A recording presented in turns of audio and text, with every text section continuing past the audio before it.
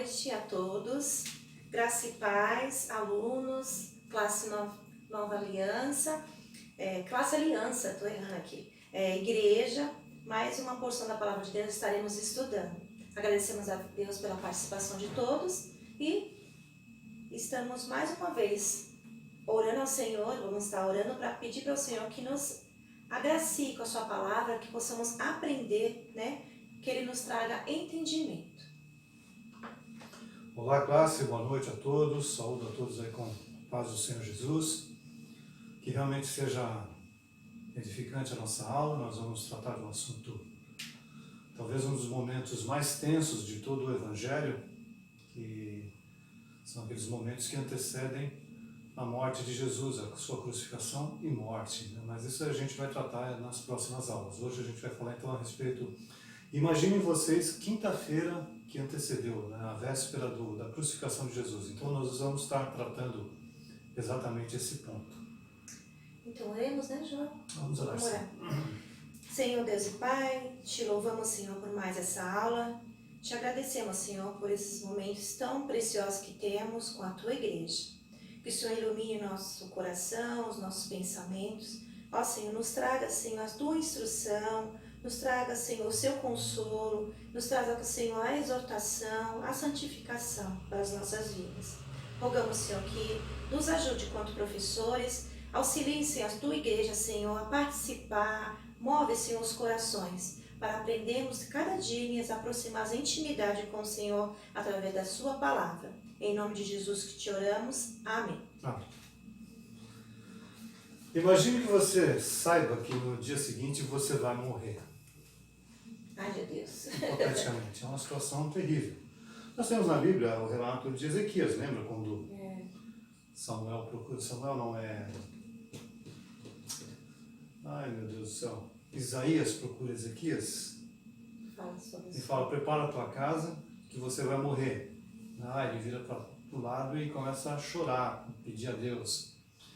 Então, provavelmente, a maioria das pessoas certamente são tomadas por um desespero.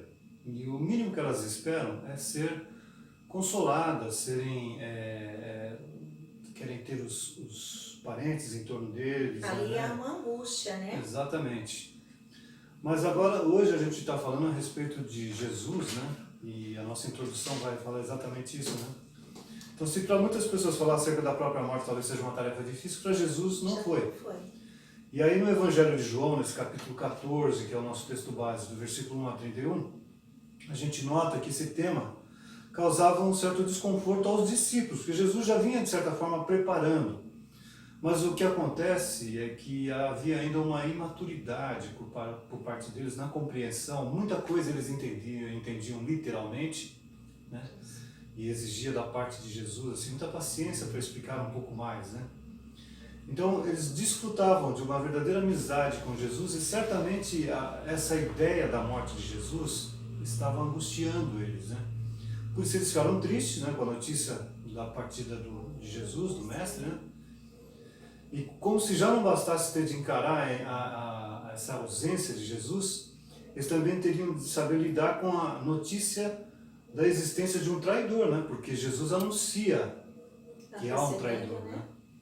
Nós tivemos um pouco antes dessa passagem do nosso texto base, a cerimônia do lava-pés, né?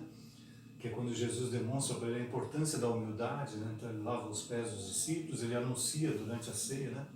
A traição. Anuncia que um dos melhores amigos de Jesus, Pedro, né, vai traí-lo, vai negá-lo 3 vezes, né, uma espécie de traição também. Então é uma situação que realmente impacta todos eles, né? Imagina que eles não só vão perder o seu melhor amigo, que é Jesus, como também, dentre eles, convivendo com eles, eles descobriram que havia um traidor, Judas, né? E mesmo aquele que sempre se colocava, se posicionava na frente de todos, dizendo, eu faço isso, eu faço, que era o Pedrão, né, o grande Pedrão, Jesus já dizia que ele iria negá-lo 3 vezes, né? Então, é dentro desse contexto então que nós iniciamos a nossa aula, né, traçando um pano de fundo daquilo que viria logo em seguida a acontecer, né? Muitas vezes a gente fica analisando dentro do estudo antecedendo, né, nos preparando, o estado mental, né, dos discípulos ali. como que ali a frustração, como a questão do isolamento agora, né, sem a pessoa de Jesus. É quando Jesus fala lá, não se turbe o vosso coração. No nosso texto introdutório, né, João 14, de 1 a 31. Então, no discorrer do nosso estudo, nós vamos estar lendo várias passagens, discorrendo, né, o Evangelho de João, diante daquilo que é o tema central. Não se turbe o vosso coração. É uma mensagem para os discípulos, né, mas uma mensagem também para toda a cristandade. Né, porque nós reconhecemos Jesus como nosso Senhor e Salvador, mas também temos que lidar com tudo aquilo que aconteceu com Ele, né, que é a entrega dele para ser crucificado, com toda aquela situação.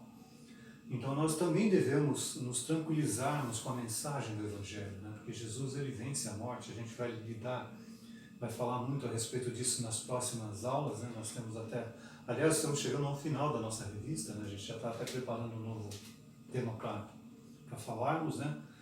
Mas a gente está chegando então no apogeu de toda a cristandade, que é exatamente a morte e a ressurreição de Jesus. Né? Vamos partir então para o ponto 1, né, João?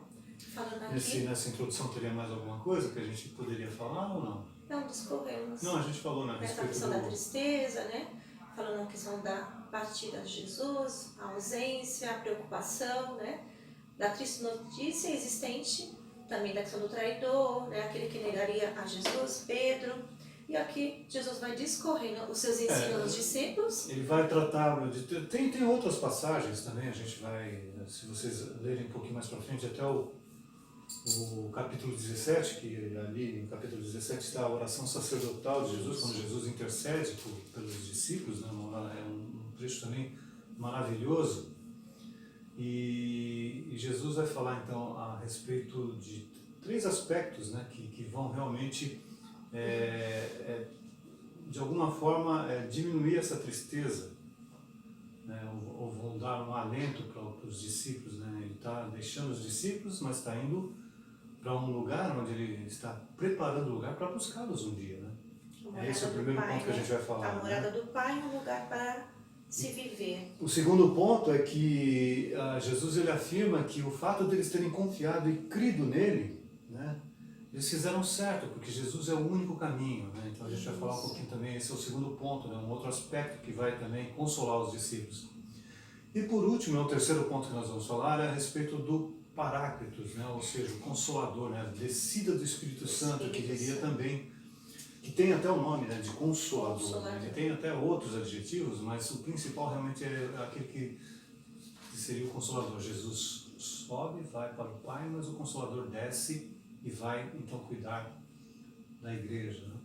Então o primeiro ponto que a gente vai tratar é a morada do Pai, um lugar para se viver. Né? A gente vê lá no...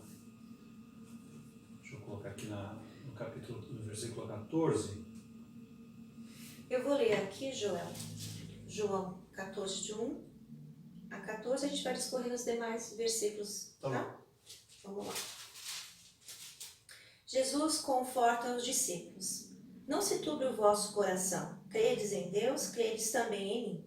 Na casa do meu Pai há muitas moradas. Se assim não fora, eu vou-lo teria dito, pois vou preparar-vos lugar. E quando eu for, eu vos preparar lugar, voltarei e vos receberei para mim mesmo, para que onde eu estou, estejais vós também. E vós sabeis o caminho para onde eu vou. Disse-lhe Tomé, Senhor, não sabemos para onde vais. Como saber o caminho?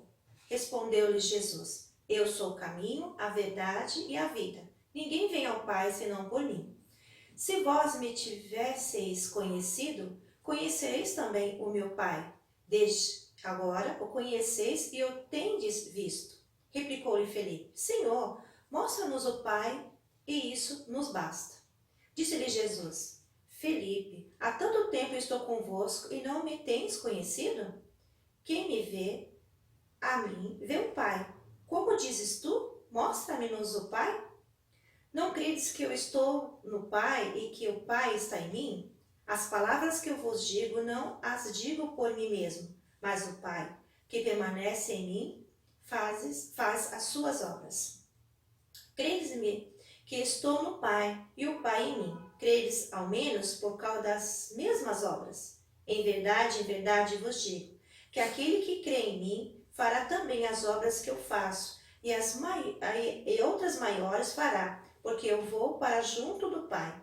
E tudo quanto pedirdes em meu nome, isso farei, a fim de que o Pai seja glorificado no Filho. Se não pedirdes alguma coisa em meu nome, eu o farei. E se me amais, guardarei os meus mandamentos. E até o 15. Passagem maravilhosa, né? Glória a Deus. Literalmente, o que eles entenderam, né? Morada, um lugar para se viver. O que eles entenderam de forma literal? Aí tem uma doutrina, né, explícita, né, a respeito de estado intermediário, né? Não sei se seria interessante a gente até fazer um resuminho, né? Porque existe uma diferença, né? Aqui, Jesus fala que quando ele voltar, né? Voltar no sentido, quando ele vier buscá-los, né? Ele vai levá-los para a morada, né? Junto comigo. Então, essa palavra de conforto, que também é conhecido como discurso de despedida, né? Que vai do 14:1 até o 16:33, que precede a oração sacerdotal. Então ela pode ser analisada em 5 sessões, né, conforme a Bíblia de Estudo de Genebra. Primeira delas, a morada, que nós lemos, né, do 14, do 1 a 4. O caminho, que é do 5 ao 14. Também fala a respeito da descida do Paráclitos, né, do Espírito Santo, que está do 14 ao 31. Um pouco mais para frente, aí já no capítulo 15, a gente vai falar sobre a videira e os ramos, né? E no capítulo 15 mesmo, do 18 até o capítulo 16, o Jesus ele fala a respeito da perseguição e de um consolo que vai haver durante essa perseguição. Então, ainda que possam ser utilizados como sinônimos, existe uma sutil diferença aí quando a gente fala entre casa e morada. Isso não é só nos originais, não. Se a gente for levar também em português, existe uma diferença entre casa. Casa, geralmente, a gente pode até entender como um local, a estrutura, né? A construção. Mas a morada, né, a moradia, onde a gente realmente vive, né? Então a diferença principal está exatamente nisso. E aqui no nosso texto, né, a morada, né, se o pessoal acompanhou, o texto que nós mandamos no PDF, que a primeira está mais ligada à ideia de local, espaço físico, construção. Já a segunda refere-se ao conceito de moradia, viver, habitar. Então assim Jesus fala de um local real e habitável para onde iria e posteriormente levaria os seus discípulos, né? Então não se trata de um lugar para se fazer uma rápida visita, não é um local onde Jesus iria, né?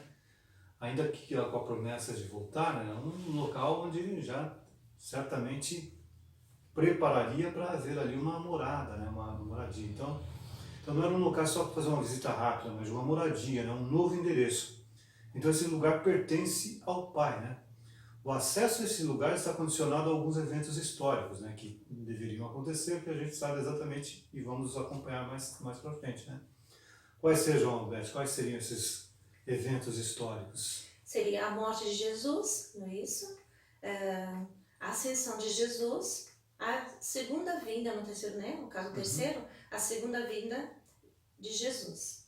É interessante, Joel, quando fala de morada, construção, né? E analisando o texto, ouvindo, né, pregadores, estudando no contexto, se aprofundando mesmo na Bíblia, essa questão da morte e ressurreição, a questão do preparar um lugar, né? A questão de preparar. Eles, até então, não tinham a visualização ou conhecimento, mesmo que Jesus mesmo explicasse, né, que ele estaria partindo, estaria indo junto ao Pai, mas a questão da preparação, como ele estava ensinando os discípulos, sendo a sua condenação, ser levado a julgamento à frente de Pilatos, a questão mesmo dele ser julgado, esbofeteado, martirizado, morte e ressurreição. Então, até então, Jesus estava preparando. Então eu fico pensando, e já estavam frustrados com a partida de Jesus. Mas que lugar é esse, né? Mas como que a gente vai estar junto com o Senhor? Mas que caminho é esse? Eles não entendiam até então, né? E a gente estudando e crendo em Jesus e nas suas obras, como vai falando também no texto, né? Que ele fez obras e que fariam maiores obras do que ele ainda, né? Parafiando mais ou menos na minha linguagem. A gente leu agora a passagem do texto. A questão é Deus, Pai, Jesus, o Espírito Santo, na eternidade já tinha preparado esse lugar. Na consumação de todas as coisas, na criação. Ali a morte de Jesus, a ressurreição, era a entrega da chave àqueles que creem em Jesus como seu Senhor e Salvador. A questão do preparar, abrir a porta, né, para eles terem acesso ao Pai, quando fala desses episódios, desses eventos históricos, a morte de Jesus. Né? A questão deles morrer, ressuscitar, e agora entregar para eles a chave para essa morada. E aí depois vai falando sobre a questão do Espírito Santo, que ele não deixaríamos só, mas estaria o Consolador. Não é isso?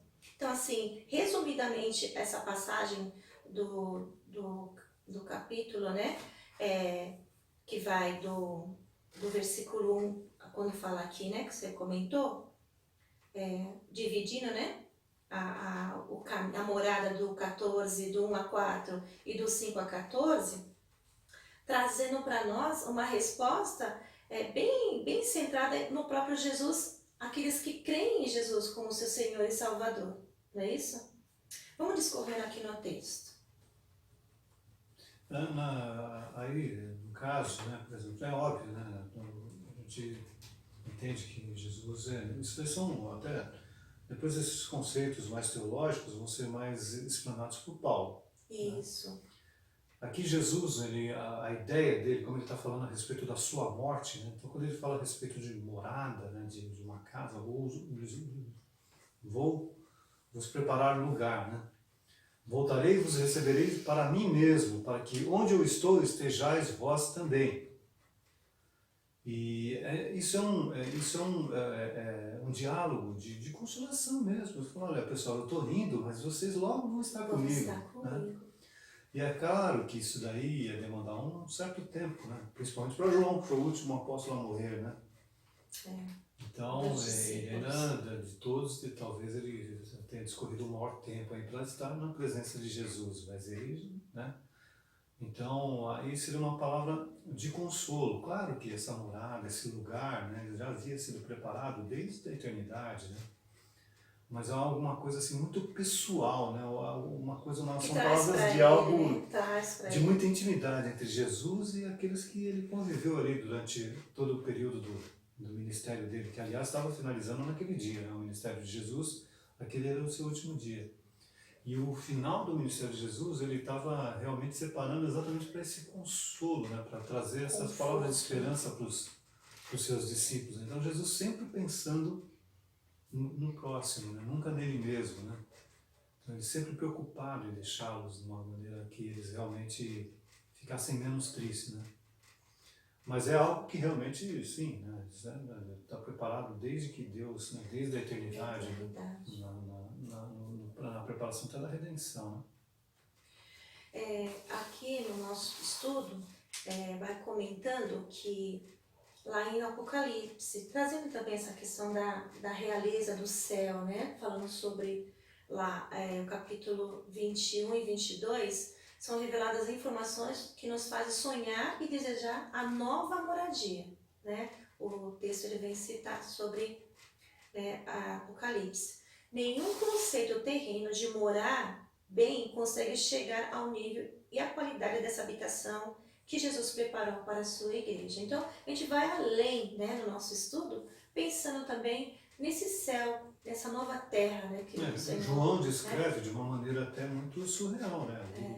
Ruas de ouro, né? Então imagino que tudo aquilo de mais precioso que poderia vir na cabeça de João, ele descreveu o que ele via, né? Então era algo tão maravilhoso e tão impactante que não havia outra forma de descrevê-lo, senão não se utilizar de coisas, né, que realmente impactam, né, que nem ruas de ouro, de jaspe, né, de diamantes, né? Mas aí existe aí então, esse período, né, que em algumas denominações, em algumas seitas, né, creem no sono da alma, né, que a pessoa morre e ela passa por um sono até a segunda vinda de Jesus, quando ela vai ressuscitar e aí sim vai morar com Jesus. O conceito reformado diz que há um estágio intermediário, ou seja, você morre e você já vai direto para Jesus. Isso. Não existe um sono, né, da alma. Você fecha os olhos aqui e abre, né? Como a promessa que foi feita ao ladrão, né, na cruz. Né, Isso, hoje mesmo está. Jesus não falou isso só para o ladrão, não. Isso aqui é um princípio todo aí envolvido, né, em que a gente crê que realmente há um lugar preparado para esse período entre a nossa morte aqui e a volta de Jesus, né? Então, de alguma forma, a nossa alma ela é restaurada, nós somos glorificados, a nossa alma é glorificada e o nosso corpo, sim, ele vai aguardar até a segunda volta de Jesus, quando nós então ressuscitaremos, seremos elevados, né, aos céus e aí com ele viveremos com Jesus. E aí vem então a descrição do novo céu e da nova terra. Então haverá uma restauração, porque em outras passagens, a gente já falou sobre isso em outras aulas, né? Existem passagens que a própria natureza anela para o dia da restauração. Ela geme com dores de parto. Né? Porque o que aconteceu com o homem, o ser humano, com a queda, também abalou o mundo todo. Toda a existência, né, foi abalada pelo pecado, né? E há a promessa da restauração de tudo isso, né? Então tudo vai ser restaurado. E aí sim nós vamos viver a eternidade neste lugar. Mas é claro, a gente pode tratar isso num outro dia, né? Se bem que já tratamos, né? Já falamos a respeito disso, mas a gente pode falar um pouco mais, porque senão a gente se delongando, a gente não vai conseguir falar a respeito dos outros consolos, né? Por exemplo, o segundo ponto, que é a respeito do único caminho, né? Isso. Do versículo 5 a 15, né? Que nós já lemos também. No verso 4, Jesus provoca a conexão com outros assuntos. Eu vos sabeis o caminho para onde eu vou, Tomé. Não, e aí há uma provocação, né? E vós sabeis o caminho para onde eu vou. Aí todo mundo olhou para o outro assim, ninguém sabia nada. Tomé não teve coragem de falar assim. Acho que ninguém teve coragem para falar assim, não sei não, sei lá. Não entendemos. Jesus. Tomé, ele morde a isca, né, como está aí no texto, né? Porque Jesus ele provoca, ele lança, né? A isca para ver se alguém mordia, né? E Tomé mordeu, né? Então, não, mas como saber o caminho, né? Então ele não apenas demonstra a falta de entendimento, de compreensão, mas ele estabelece uma ponte para a abordagem do outro tema importante para tranquilizar esse grupo aí que estava abalado pela provável morte, né? Isso. Então o texto ele segue, né, de uma forma dinâmica, né? Entre perguntas e respostas. Então Jesus vai falando. Diálogo ali, né? Então, exatamente. E a gente vai tratar então primeiro do caminho, a verdade e a vida. Jesus fala assim, eu sou o caminho e a verdade e a vida. E tem alguns detalhes a respeito disso que a gente muitas vezes não presta muita atenção, né? Caminho. Então, ele sendo o caminho, ele conviveu ali por 3 anos no seu ministério com eles, como você já falou. Eles andavam juntos, se alimentavam juntos, se riam juntos, né? E assim, aí quando fala assim, mas tipo, o senhor vai embora, né? Que caminho é esse?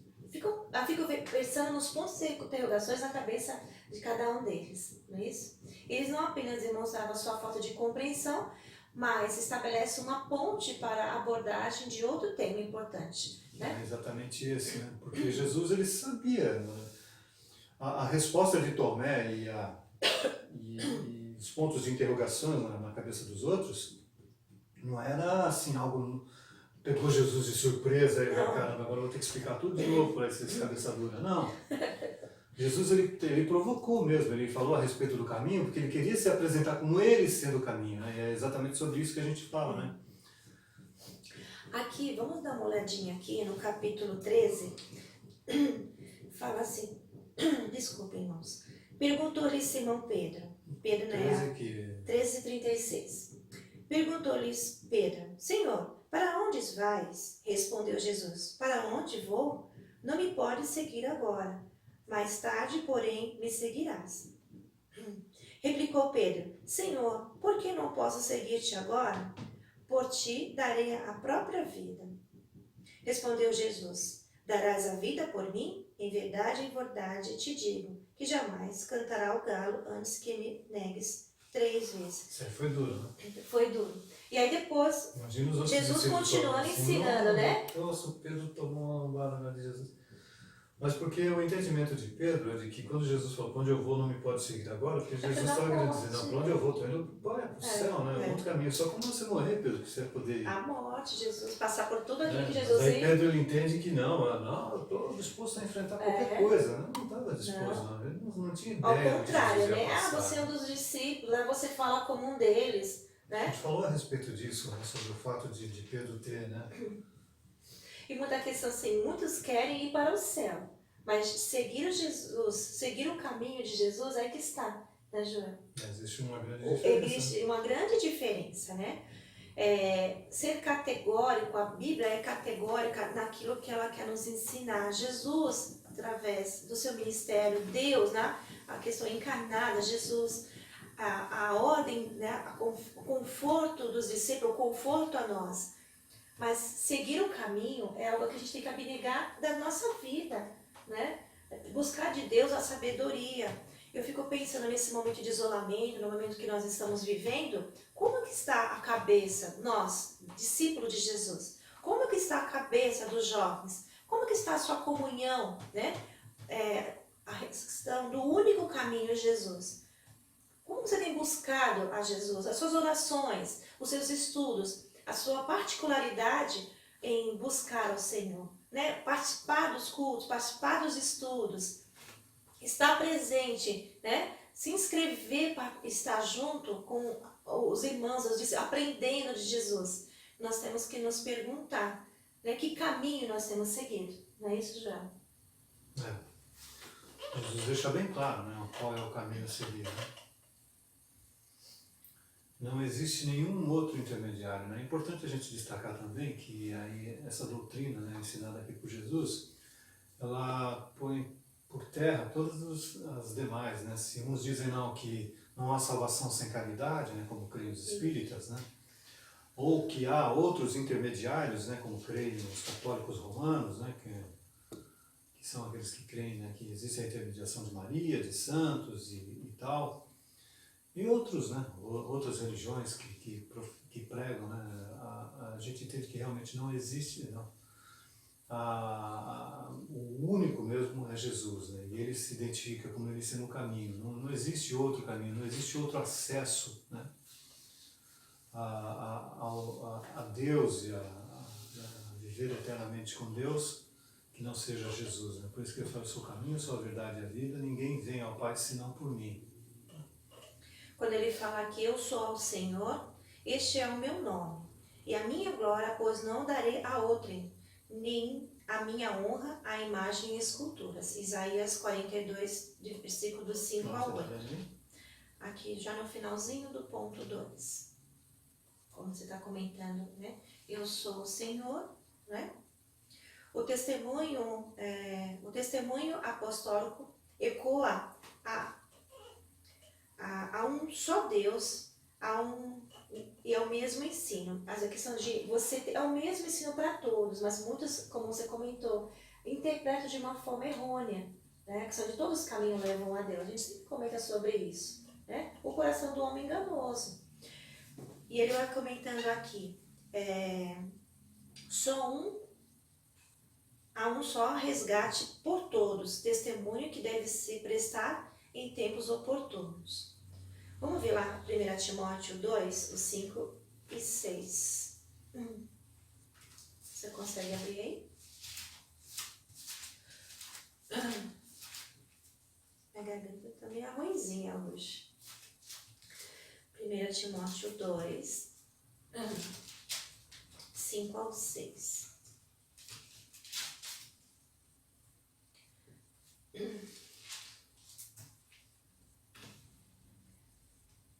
Portanto, há um só Deus e um só mediador entre Deus e os homens, Cristo Jesus, homem, o qual a si mesmo se deu em resgate por todos, testemunho que se deve prestar em tempos oportunos. Vamos ler o 7. Para isso foi designado pregador e apóstolo, afirmo a verdade, não minto, mestre dos gentios na fé e na verdade. Né? Aqui Paulo falando, não é isso, João? De Paulo dizendo que realmente é Jesus, né? É Não há outro somente mediador, Jesus, não. Ele aponta exclusivamente para a pessoa de Jesus. Não há nenhuma coisa, nada nesse mundo, né, que nos aproxime de Deus, senão o próprio Senhor Jesus, né? Então, essa afirmação de Jesus para os seus discípulos, para os seus apóstolos, né, também é uma forma até de tranquilizá-los, né, para dizer, olha, vocês estiveram comigo todo esse tempo e vocês ouviram tudo que eu tinha para ensinar e vocês fizeram bem, porque eu sou o caminho, sou a verdade, sou a vida. Alguns detalhes aí, né, Beth? Você comentou a respeito dessa afirmação de Jesus ou não comentou? No grego bíblico é muito comum que os verbos sejam escritos sem a presença dos pronomes. Aí Jesus destaca, eu sou o caminho, eu sou a verdade, eu sou a vida, né? Que são subentendidos pela conjugação. Quando esses pronomes são utilizados, a intenção é dar ênfase na pessoa da ação verbal, ou seja, quando Jesus está dando essa ênfase com a utilização desses pronomes, né? Que, claro, não vou ficar ensinando grego aqui, né? Até porque Jesus fez esse pronunciamento em aramaico, hebraico ou aramaico, né? Então, na resposta de Tomé, o pronome é utilizado por Jesus, né? Ele usa um que é o ego, que é eu mesmo, somente eu, né? Ele fala, no grego é ego, eu mesmo, significa eu mesmo, somente eu. E ele usa também o emi, o sou, então ele afirma, ele usa esses pronomes na conjugação verbal, que era exatamente para destacar, ou seja, ele queria dar ênfase, né, na pessoa, a ação que está acontecendo, né? Então, quando ele está se referindo, eu sou o caminho, eu sou a verdade, eu sou a vida, ele está querendo dar um destaque de que é ele mesmo, né? Eu, Jesus, sou o caminho, eu, Jesus, sou a verdade, eu, Jesus, sou a vida, né? Ninguém vem ao Pai senão por mim. É interessante quando ele fala eu, né? O eu, o Senhor, ele preparando ali, no versículo que a gente estudando, Jesus preparando ali os discípulos para aquilo que haveria de vir. Seria a última semana que Jesus estaria ali em Jerusalém. Né? Ele chegou de uma forma triunfante, né? Sobre um jumento, a gente vai ver no capítulos anteriores, do 14. Dia a dia ali, naqueles últimos momentos de Jesus, né? Então isso daí incendiava o coração deles, eles queriam de todas as formas, né, acabar com Jesus, né? Bom, então quando a gente falou a respeito da entrada triunfal de Jesus, né, entrada triunfal, mas de uma maneira muito simples, um jumentinho ali, né? Cumprindo exatamente o que Zacarias fala, né? Alegre-se muito, cidade de Sião, exulte Jerusalém, eis que o seu rei vem a você, justo e vitorioso, humilde e montado num jumento, um jumentinho cria de jumenta. E esses detalhes estão lá, bem colocados. Bem né? colocados. Né? Vocês vão lá e vão pegar um jumentinho, cria de jumenta. E algo que a gente tínhamos comentado também, lá no capítulo 12, versículo 20, alguns judeus vindo, né, a Jerusalém, todos ali concentrados naquela festa. Aqui, vamos ver aqui, ó, quando fala que quem vê o filho, vê o pai. Ele vai tratar um pouco sobre isso. A resposta de Filipe, né? Um pouco mais para frente ele vai dar a resposta para Filipe. Dos gregos que estavam indo para conhecer a Jesus, porque ouviram de Jesus, né? Deixa eu ver aqui. Jesus, versículo 12, versículo 20. Alguns gregos desejam ver Jesus. Ora, entre os que subiram para adorar durante a festa, havia alguns gregos. Então, observando, né, quem vê o filho, vê o pai, alguns ali estavam para conhecer Jesus. Tudo isso já expressando a hora que ele vai comentando aqui, que a hora dele estava chegando. Chegou a hora de partir desse mundo e morrer para os seus, aqueles que, né, reconhecessem ele como um filho e aqueles que reconhecessem no filho o próprio Deus, né? Vamos ver aquela ideia de entender literalmente o que Jesus estava falando, né?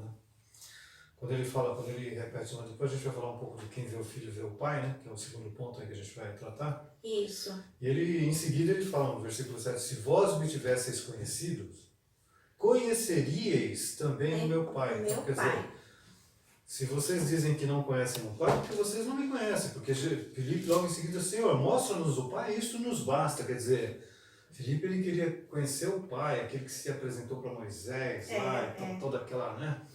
Mas Jesus fala, há tanto tempo estou convosco que não me tens conhecido, quem me vê a mim, vê o Pai. Como dizes tu, mostra-nos o Pai? Não crês que eu estou no Pai e o Pai está em mim? A palavra que eu vos digo, não as digo de mim mesmo, né? Mas do Pai, que permanece em mim e faz as suas obras através de mim. Crede que estou no Pai e o Pai em mim.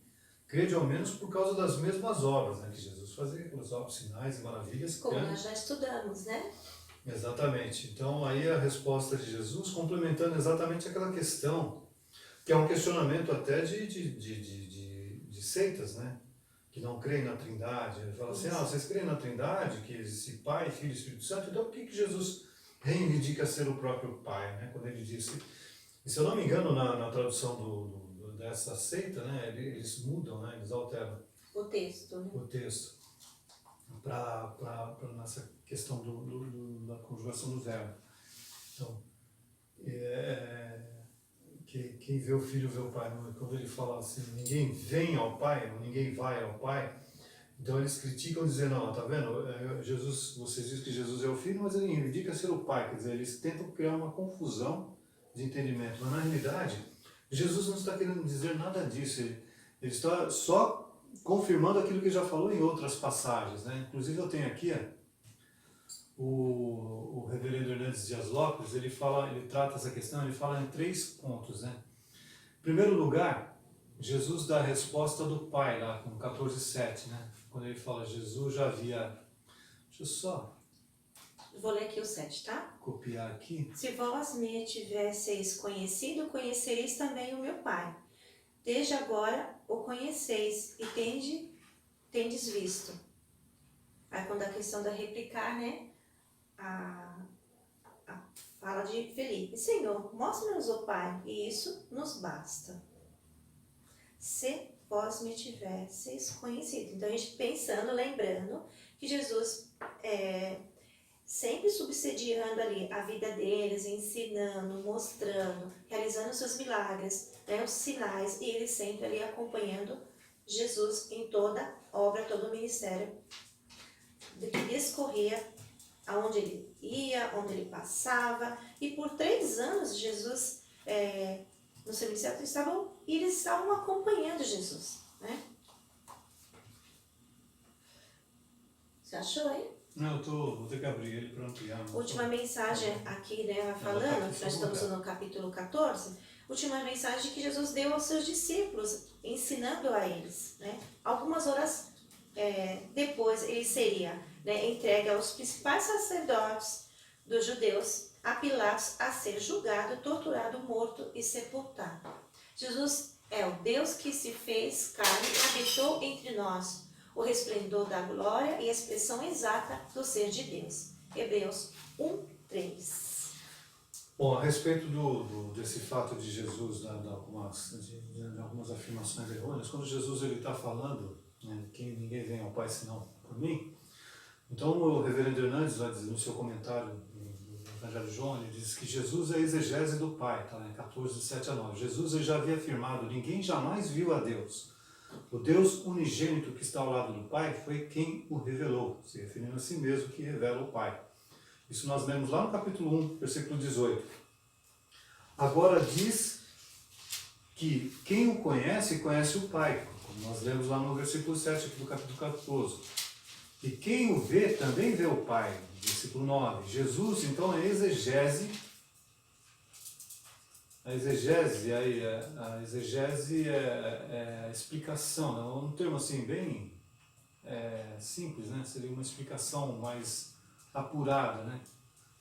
Então Jesus é a exegese de Deus, nele habita corporalmente toda a plenitude da divindade, que nem nós lemos lá em Colossenses 2:9. Então ele é o resplendor da glória e a expressão exata do ser de Deus, conforme está lá em Hebreus 1:3, né? Os Hebreus inicia lá falando, antes Deus se revelava através dos profetas, agora ele se revela, né, em Jesus, né? Então ele é o resplendor da glória e a expressão exata do ser de Deus. Por isso que ele pode dizer, ninguém vem ao Pai senão por mim. É exatamente por essas outras afirmações e essas outras passagens que a Bíblia nos E aqui fala. você comentou, né, aqui em 1 João 17. No 16, eu vou ler 16, na questão de João Batista, né, testemunho, ele falando de Jesus. Porque todos nós temos recebido da sua plenitude e graça sobre graça. Porque a lei foi dada lá em Moisés, né? Dito por Moisés, a graça e a verdade vieram por meio de Jesus. Ninguém jamais viu a Deus, você comentou essa passagem. O Deus unigênito que está no seio do Pai é quem o revelou. Então o próprio Deus revelou fazendo, né, a pessoa de Jesus através do seu nascimento, da sua vida, do seu ministério, se revelando Deus, né, encarnado ali na pessoa de Jesus. Então É que ele a era concepção da mesmo, Trindade, né, para nós, a nossa mente finita, ela não consegue, né? mensurar, né? Quando nós falamos Deus, falamos de Jesus, se referindo a Deus mesmo, a gente não está errado, porque assim, não que haja mistura, né? Até porque eles têm, né, os atributos de cada um. Né? Cada um age de uma forma. Uma pessoa Deus que Pai, Deus Filho, Deus Espírito Santo. Mas na realidade, né, eles são um só. Né? É que nós não temos uma perfeita compreensão disso tudo. Né? Mas nós devemos crer que quando nós falamos a respeito de Deus, a gente está falando a respeito do Pai, Filho e Espírito Santo. Né? Sim. E aí a gente entra então na terceira pessoa, né, que é a outra promessa, o outro consolo, né, que Jesus dá aos discípulos, né, que é o Espírito Santo. Eu vou ler aqui então, para dar continuidade, que eu parei no versículo 15 do capítulo 14, até o 31. Vamos lá. Jesus promete outro Consolador. E eu rogarei ao Pai, e Ele vos dará outro Consolador, a fim de que esteja para sempre convosco. O Espírito da verdade, que o mundo não pode receber, porque não o vê, nem o conhece. Vós o conheceis, porque Ele habita convosco e estará em vós. Não vos deixarei órfãos, voltarei para vós outros, ainda por pouco, e o mundo não me verás mais. Vós, porém, me vereis, porque eu vivo, vós também vivereis. Naquele dia vos conhecereis que eu estou em meu Pai, a vós em mim e eu em vós. E vós em mim e eu em vós. Aquele que tem os meus mandamentos e os guarda, este é o que me ama. E aquele que me ama será amado por meu Pai. E eu também o amarei e me manifestarei a ele. Disse-lhe Judas, não Iscariotes, de onde procede, Senhor, que estás para manifestar-te a nós e não ao mundo? Respondeu Jesus, se alguém me ama, guardará a minha palavra, e meu Pai o amará, e viveremos para ele e faremos nele morada. Quem não me ama, não guarda as minhas palavras, e a palavra que estáis ouvindo não é minha, mas do Pai que me enviou. Isto vos tenho dito, estando ainda convosco. Mas o Consolador, o Espírito Santo, a quem o Pai enviará em meu nome, esse vos ensinará todas as coisas e vos fará lembrar de tudo o que vos tenho dito. Deixo-vos a paz, a minha paz vos dou. Não vou lá dou como a dá o mundo. Não se turbe o vosso coração novamente, nem se atemorize. Ouviste que eu vos disse, vou e volto para junto de vós. Se me amasseis, alegrai-vos, eis de que eu vá para o Pai, pois o Pai é maior do que eu. Disse-vos agora, antes que aconteça, para que, quando acontecer, vos creais. Já não falarei muito convosco, porque aí vem o príncipe do mundo, e ele nada tem em mim. Contudo, assim procede para que o mundo saiba que eu amo o Pai e que faço como o Pai me ordenou. Levantai-vos, vamos-nos daqui. Né? Então aí é anunciado o Consolador, né? tempo todo falando, Interessante que né? falar da existência de outro implica dizer que já existe um, né? Está Isso. falando do próprio Jesus. Então ele fala do outro Consolador, ou seja, Jesus mesmo, ele é um Consolador. Então esse título dado ao Espírito Santo é uma palavra de difícil tradução. O termo Paráclitos pode também ser traduzido como advogado, mediador, defensor, conselheiro, encorajador, ajudante, que é aquele que auxilia, né? E Jesus deixa bem claro, né, que muita coisa que a gente não compreende, quem nos faz compreender é o próprio Espírito Santo, é ele que nos auxilia nisso. Ele até intercede por nós, ele é um intercessor, né? Nossas orações, né, não chegam porque nós oramos errado, mas ele, né, da forma dele, ele se expõe tudo aquilo que a gente precisa para o Pai. Para além dessa dificuldade, duas constatações são no mínimo curiosas quanto ao uso desse título, né? Quando nós lemos em todo o Antigo Testamento, nós encontramos esse termo Consolador apenas nos textos traduzidos por João. Nos demais evangelhos, a gente não vê essa tradução, né? Além do que ele é atribuído ao Espírito, né? O título é atribuído somente a Cristo, quando nós vemos, né? Ele não é atribuído ao Espírito Santo. Então essa palavra aí, apesar de o próprio Jesus falar, né, a respeito disso, quando é falado Consolador, ele é atribuído a Jesus e não ao Espírito, né? Que nem a gente lê lá em 1 João 2,1. O Espírito Santo é o Consolador é Jesus. E ainda que o título não seja usado por Paulo, a ideia está presente em suas palavras quando diz que o Espírito nos auxilia em nossas fraquezas, quando nós falamos intercedendo por nós com gemidos inexprimíveis, conforme está lá em Romanos 8, 26 e 27, que é exatamente isso que a gente leu, né? Então a atuação do Consolador que está com os discípulos realizará obras por meio dos discípulos que habitará dentro dos discípulos, né? Então as maiores obras que eles farão, é o caso mesmo, um exemplo, por exemplo, do discurso de Pedro lá, onde através do discurso de Pedro e a ação do Espírito Santo, 3.000 pessoas foram convertidas naquele dia. Então quando Jesus se refere a maiores obras, ele se refere exatamente nessas obras, né? Com a ação do Espírito Santo, né? O Consolador, ele capacita a cumprir os novos mandamentos, né, que a gente vê lá no versículo 23, a entender as difíceis palavras de Jesus, né, como é o caso, nos habilita a acreditar, enchendo o nosso coração de paz, né, e fazendo-nos lembrar do que foi ensinado, né. Então tudo isso é o que é a ação do Espírito Santo na nossa vida, né. Também a garantia de que a Igreja de Jesus jamais ficará desamparada, né, com a presença do Espírito Santo. E a concretização de todas essas bênçãos já pode ser observada a partir de Atos, né? Quando nós lemos Atos, né, que é a história da igreja, a gente vê essa concretização de tudo isso que Jesus fala, né? Então, ele estava condicionado ao evento da morte e ressurreição de Jesus, né? A vinda do Espírito Santo, né? Conforme João explica.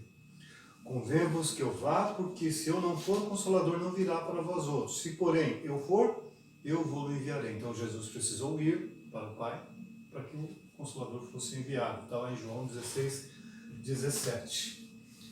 Então nós vemos aí as palavras de consolo de Jesus que está no fato dele ir nos preparar morada, de deixar bem claro que quando nós cremos em Jesus, nós cremos no verdadeiro caminho que vai nos levar a essas moradas, né?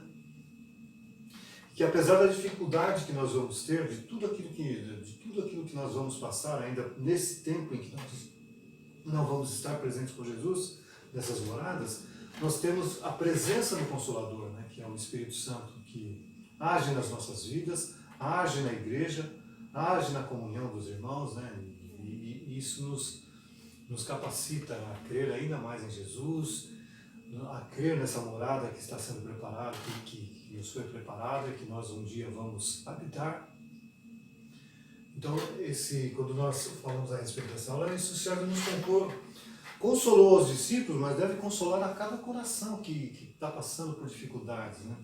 A Beth citou o fato da maneira como nós estamos vivendo hoje, com sem expectativa, o que nos espera amanhã, o que nos dá o conforto, o que nos dá alegria é saber que realmente o que nos espera, muito mais além do amanhã aqui nessa terra, mas o que nos espera no porvir, né? Que é quando nós realmente iremos para a nossa morada eterna, que nós estamos vivendo aqui numa situação de passagem, né? Nós somos forasteiros, nós não somos daqui, né? Nós somos pessoas que desde a eternidade nós estamos sendo preparados para habitar com Deus nessas moradas que Jesus foi preparar. Uma coisa interessante, Joel, aqui no capítulo, né, 14, a gente até conversou um pouquinho sobre isso, sobre a questão do entendimento das pessoas em relação a essa passagem do versículo 12. Em verdade vos digo que aquele que crê em mim fará também as obras que eu faço e outras maiores fará, porque eu vou para junto do Pai.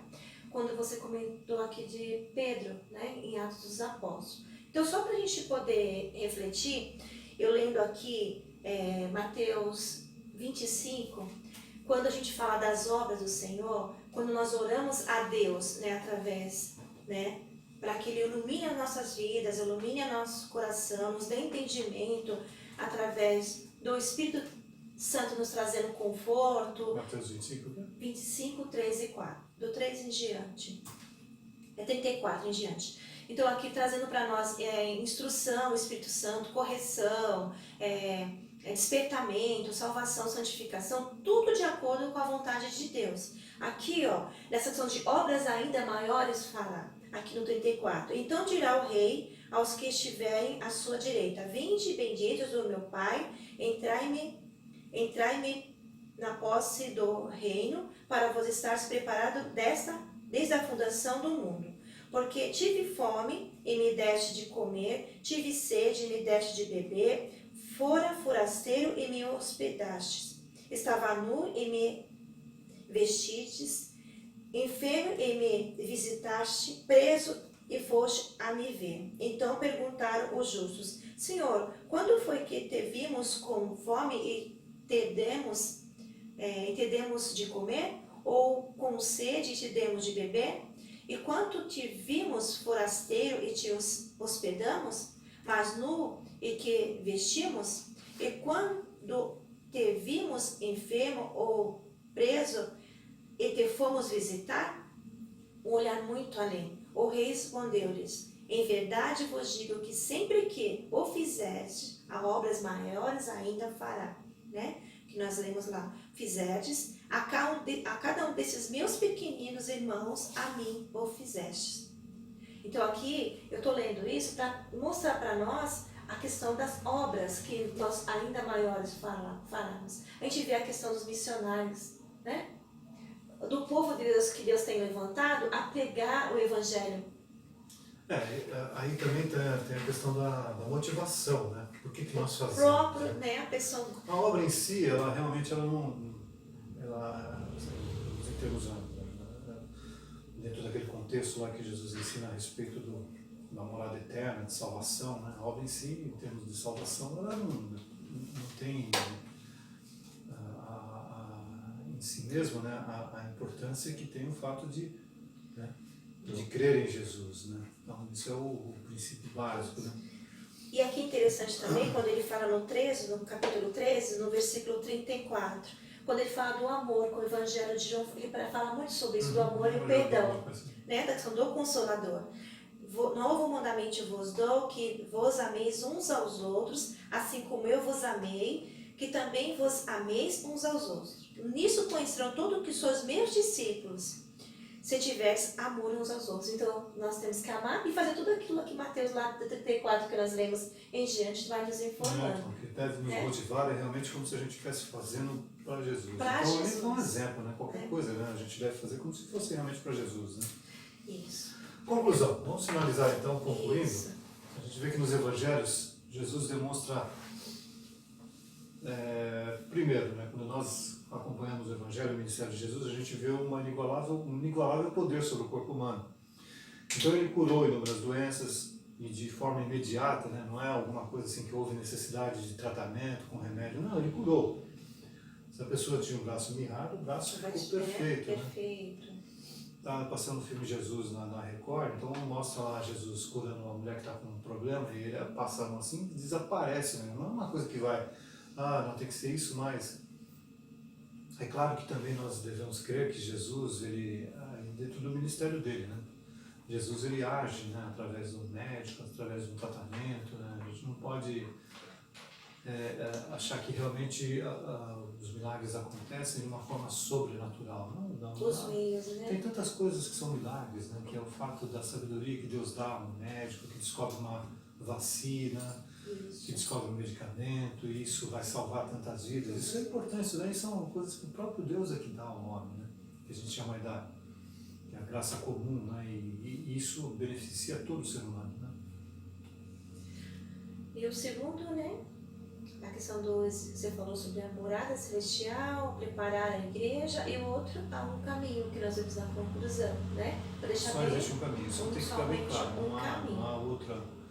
Não é porque eu tenho um olho castanho, ou tenho um olho azul, e o olho que tem olho azul vai ser nada, não. É por crer em Jesus, né? Sua etnia, seus costumes, não, né?